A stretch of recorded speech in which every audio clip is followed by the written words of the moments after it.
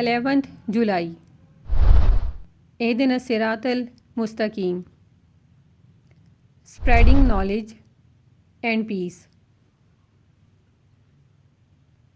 شروع اللہ کے نام سے جو بہت مہربان اور نہایت رحم والا ہے۔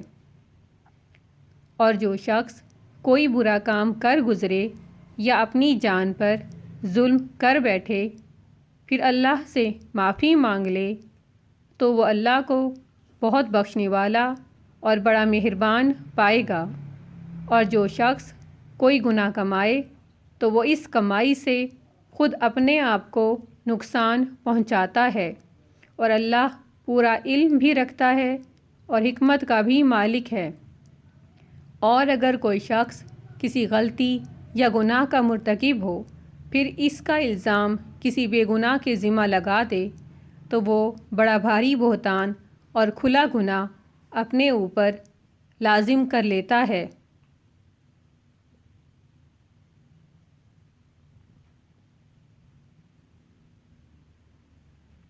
سورۃ النساء آیت نمبر 110، آیت نمبر 111، آیت نمبر 112 کا ترجمہ آپ لوگوں نے سنا۔